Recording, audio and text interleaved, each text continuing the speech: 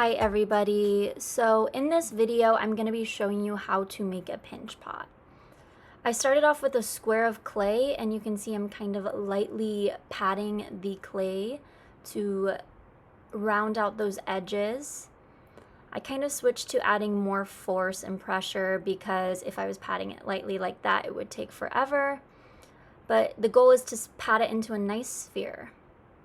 And it doesn't have to be a perfect one, you just want it to be pretty generally good as you can get it. Okay guys, so once you have a sphere, you're going to take your thumb and poke it through the center of the sphere. And then I'm going to show you guys kind of how to start pinching it. And you want to be careful of cracks, you don't want to apply too much pressure. You see straight away that it cracks when I applied too much pressure. But here's the way that you should be pinching it. You kind of want to add equal pressure for both those four fingers on the outside and the thumb on the inside.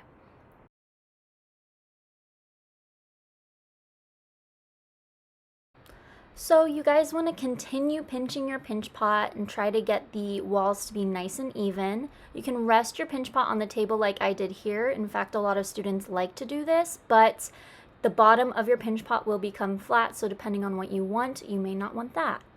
Now I'm going to show you how to smooth out cracks as they happen. You usually just need a little bit of water, and then you can rub your finger against the crack, and it usually blends away.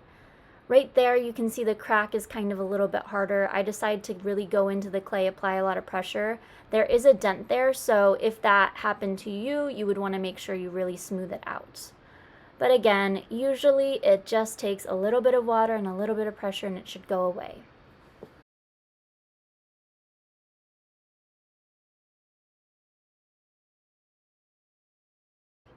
Now, before you make your walls too thin, I want you to look at the evenness of your pot. You could see my pot is very uneven on the lip of the piece, so I actually tap it or apply pressure on the table to flatten it out. You can see it's flat there. The only problem with that is that it made the clay kind of flare out at the end, so I have to go back in and smooth it out and make sure it's as even as the wall right below that lip.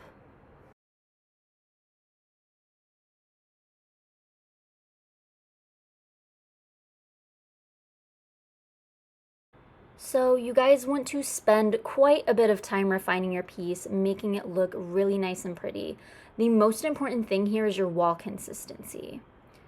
You want to make sure your walls are even. You could see right there I'm pointing at that bottom corner. That is usually where students have the thickest wall or the thickest portion of the pot. You do not want that. You want your pot to be perfectly even all the way around. So I'm gonna spend the rest of this time kind of refining my piece.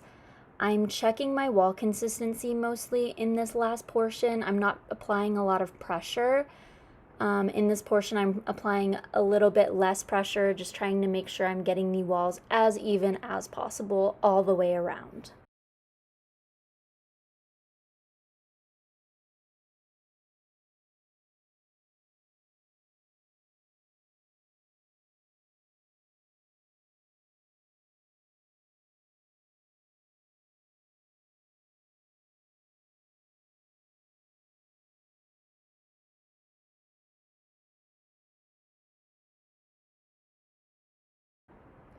So here you can see me really smoothing things out with my finger.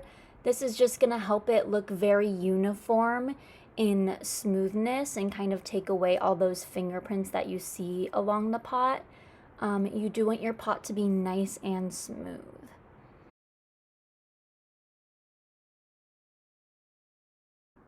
So you can not only use your fingers to smooth out the piece, but you can use some tools. In your guys' clay kit, I gave you guys a kidney or a rib, and to use it, you want to bend it between your thumb and four fingers. This is going to help it glide along a curved surface, which is perfect for our pinch pots. So in that, you could see that it immediately started taking away those bumps that are formed from my fingers and pinching it. I spray some water on it just because the water kind of helps take off a layer of clay if it starts getting a little bit more dry. And yeah, you just kind of drag it along the edge of your piece.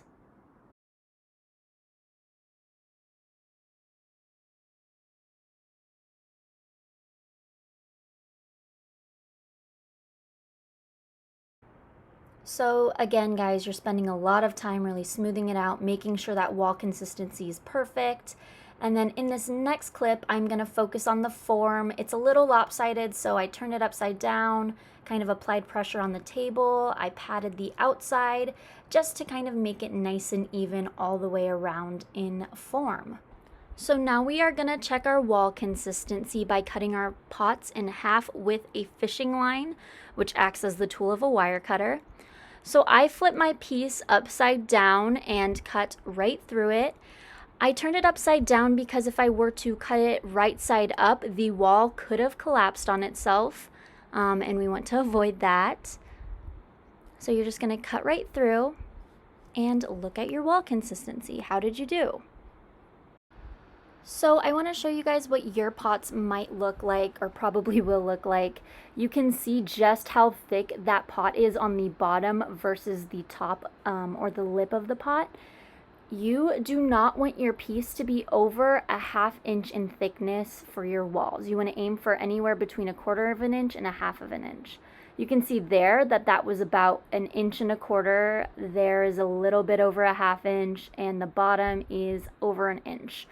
Again, guys, you want to aim between 1/4 of an inch and a 1/2 inch.